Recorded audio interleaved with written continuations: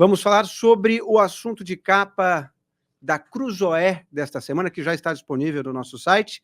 Você que está nos assistindo, depois que terminar o meio-dia de Brasília, já pode ir lá conferir. Não agora, porque agora você está aqui conosco.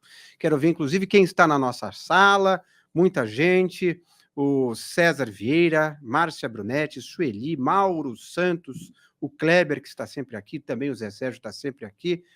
Todos, muito obrigado pela participação de vocês e, claro, já peço mais uma vez o seu like. O like é muito importante para educar o algoritmo do YouTube. Quanto mais like, mais o YouTube espalha o nosso conteúdo pelas redes, mais pessoas vão ficar sabendo de informações importantes, de fontes confiáveis, que modestamente somos nós. E vamos falar agora sobre PCC e a máfia na política, e para isso eu tenho o prazer de receber aqui Duda Teixeira. Como você está? Tudo bem, meu caro? Tudo bem, melhor agora com você, Inácio. Muito bem, muito bem. Quando estamos aqui no mesmo estúdio, a gente não sabe se olha para a câmera ou se olha para a pessoa. Então a gente fica, às vezes, procurando aqui, mas sabe, é porque ele está aqui. Ele está aqui. Duda, é sempre um prazer tê-lo aqui. Você que está sempre transmitindo nos nossos programas de diversos estúdios do nosso conglomerado. Mas vamos falar de um assunto sério. PCC e a máfia na política. Como que foi essa reportagem, como que foi essa matéria, como foi trabalhar essa matéria e a que informações vocês chegaram? Tá. Bom, essa matéria ela surge porque o Ministério Público de São Paulo faz duas operações muito importantes contra o PCC. A primeira, que é a Fim de Linha, é aquela que pega duas empresas de ônibus municipais. Depois você tem a Munditia, que prende 3 vereadores. E nas coletivas de imprensa, eu acho que quem fala isso é o Lincoln Gakia, que é um promotor, é uma das pessoas que mais tem enfrentado o PCC, tem mais de 20 anos que ele trabalha com o PCC, e ele fala, olha, o PCC já tem agora, já pode ser tratado como uma máfia, né? E aí falou um pouquinho sobre isso na imprensa. A gente tem um pouquinho mais de tempo para fazer a edição semanal, então eu fui atrás dessa história e, de fato, se a gente pega até o Código Penal italiano, ele tem ali a descrição do que é uma máfia e você vê que o PCC realmente se encaixa muito bem ali. Então, o PCC tem controle territorial, a máfia tem isso, né? O PCC também tem a questão da lei do silêncio, né? Que você tem coisas que acontecem nesse território e não são faladas, né? Não podem, tipo uma lei do silêncio mesmo, né? Acho que na Itália até omertà, né? Que eles falam.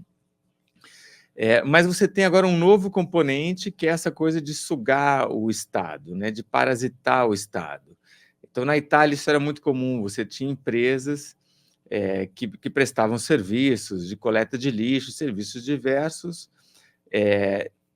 e essas empresas eram de membros do PCC e a arrecadação meio que ia para a máfia, né? Não era para pessoas específicas, mas tinha essa ideia, o PCC chama da família, né? A família é o PCC todo. Então, essas duas operações mostram realmente que isso está acontecendo. Então, o PCC sai do que era uma pré-máfia e agora, de fato, é uma máfia. E aí a gente mostra um pouco como é que isso acontece na matéria. Então, é muito barato até para o PCC comprar esses vereadores, o que eles precisam ali para ser eleitos numa campanha em municípios pequenos.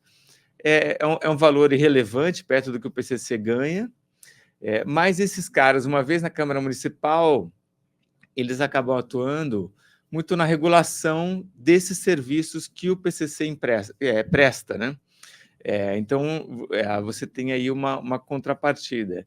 Isso é uma coisa que está rolando, então já é um novo momento aí desse grupo criminoso. Realmente vamos acompanhar, porque, como você mesmo disse, essa matéria traz, as implicações são várias, as ramificações, enfim, mas nem só de PCC, aí está a capa, a máfia na política, crime organizado, parasita o Estado brasileiro. Mas nem só de PCC vive a Cruzoé desta semana. Temos outros assuntos, Vamos falar também de Israel, né, e sobretudo, do Irã, perante a esse aquecimento, digamos assim, negativo, no ponto de vista negativo das relações com Israel. Então, a coisa está esquentando, não é que está aquecendo de ficar aconchegante, está esquentando ao som de explosivos. Mas que outros destaques você traria para a gente antes de falar especificamente sobre aquele do pavio aceso do Irã? Tá. O Graeb fez uma boa reportagem tratando desse relatório do Comitê da Câmara dos Deputados americana, que são lá 500 e tantas páginas, se não me engano, 541, trazendo muito de como que são aqueles arquivos que o Twitter entregou para a Câmara, mostrando as ordens do STF.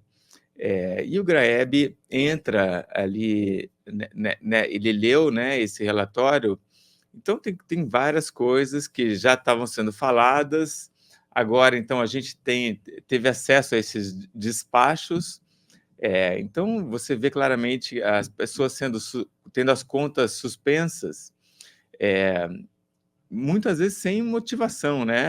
Ou sem uma justificativa, né? O despacho vai só ali para o Twitter, tipo, tira o fulano do ar. E você não sabe por que estão pedindo isso, né? Tem algumas histórias que o Graeb puxa ali de você tirar a pessoa na época eleitoral e dizer que ela continua fora do ar depois das eleições, né? O que não faz sentido nenhum.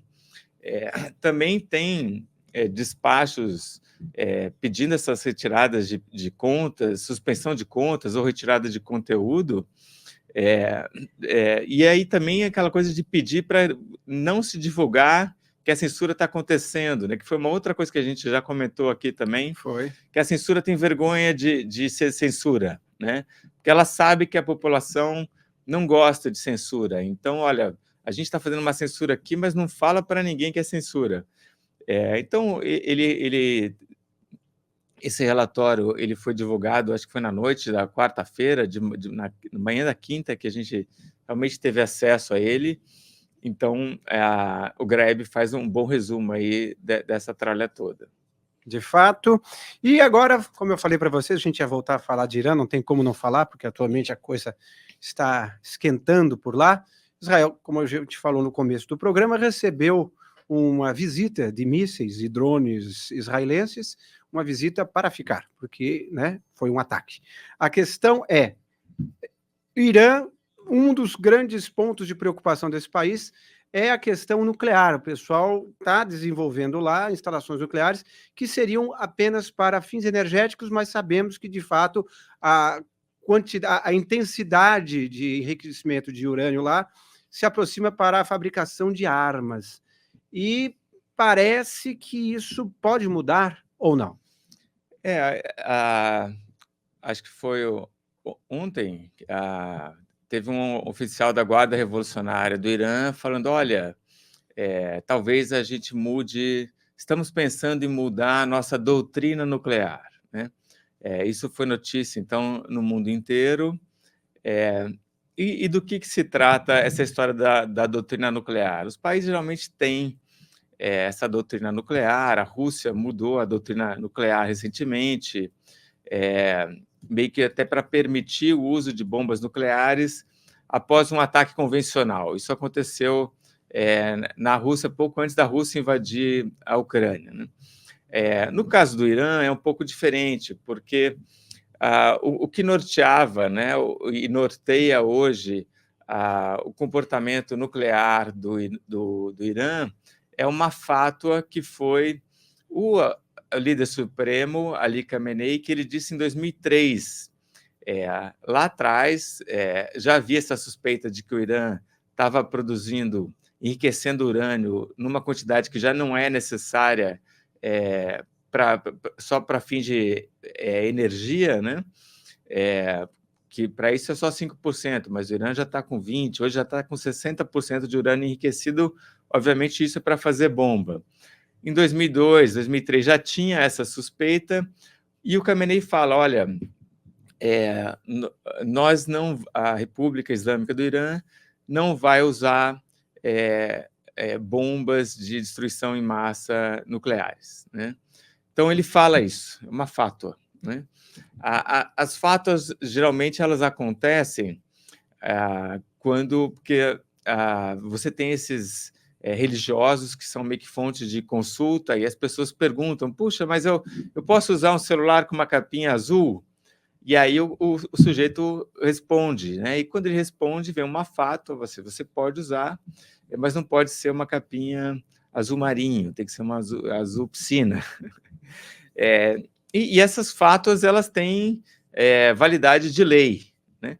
E então, quando o Khamenei, que é o líder supremo, fala uma coisa assim, você tem uma fátua que é uma fátua oral, né?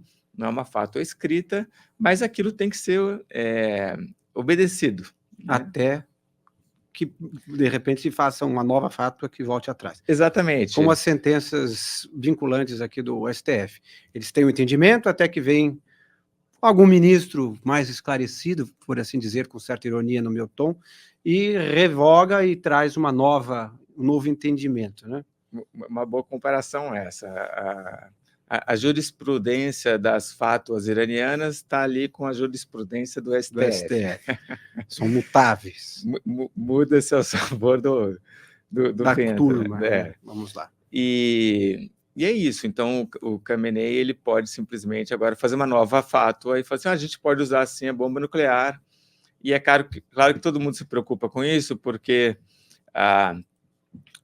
Israel atacou nessa sexta de manhãzinha a cidade de Isfahan, foi um ataque pequeno, Israel não admitiu, o Irã tentou atenuar essa história, mas ainda existe aí a perspectiva de um ataque israelense ao Irã em algum momento, né? Talvez depois da Páscoa. A Páscoa judaica é agora dia 22. E aí o Irã, obviamente, depois de mandar 300 drones e mísseis contra Israel no sábado 13, o Irã está mais preocupado de que tem uma resposta israelense. E aí, hoje, Inácio, a melhor maneira de você proteger contra um ataque é você ter uma bomba nuclear. Inibe. Exato, que é o fator de dissuasão. E o Irã, e isso já é uma coisa que está acontecendo se fala, né, desde o ano passado, tem aqueles organizações de cientistas, a Federação dos Cientistas Americanos, por exemplo, que fica o tempo inteiro monitorando para ver a quantidade de urânio enriquecido que o Irã tem, qual é o grau de enriquecimento, né? E eles falam que, uma vez que o Irã decidir produzir material para uma bomba, em uma semana ele já tem para a primeira bomba. E depois para outras 5 bombas em um mês, né? Então o Irã pode rapidamente produzir esse material, que depois tem que ser colocado na ogiva, né? na ponta de um míssil, ou ele pode ser lançado de um bombardeio. Então está muito perto, né? Então por isso que quando alguém da Guarda Revolucionária fala uma coisa assim, todo mundo fica preocupado, né? E vale lembrar também que o Irã, a Guarda Revolucionária, ela está submetida ao líder supremo, né? Ela é um órgão de Estado, mas que está ligada à proteção do Ayatollah, do líder supremo, que é quem decide tudo sobre o programa nuclear, né? Então, aquilo que o Khamenei decidir, ou se ele mudar de ideia, essas coisas acontecem e são cumpridas, né? Não tem outras instâncias que digam exatamente. Então, quando alguém da Guarda Revolucionária fala isso, é porque talvez a gente tenha uma mudança, sim, nessa fátua ou na doutrina nuclear iraniana. Muito bem. Além disso, na Cruzoé dessa semana também tem a crônica do nosso querido, entre muitas outras crônicas, do nosso querido Ivan Santana, falando sobre a Guerra Fria, como que era a verdadeira Guerra Fria do tempo que ele viveu, né? O Ivan passou por isso, enfim, trazendo esse paralelo com essa, entre aspas, nova Guerra Fria que vivemos hoje. É uma leitura bem interessante, entre os outros, não é isso?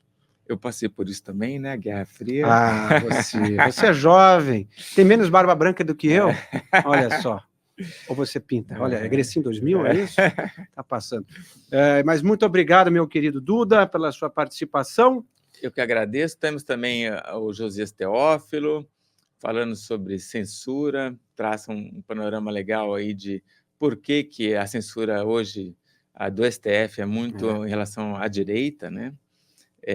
Jerônimo Teixeira, temos a Letícia Barros falando sobre pirataria em alto mar, e minha memória está fraca, mas tem mais alguns lá. Sim, se você não sabe quem, justamente é para você ir lá no site, entre na Cruzoé, para você descobrir esse e outros articulistas que estão com os seus textos primorosos na edição desta semana.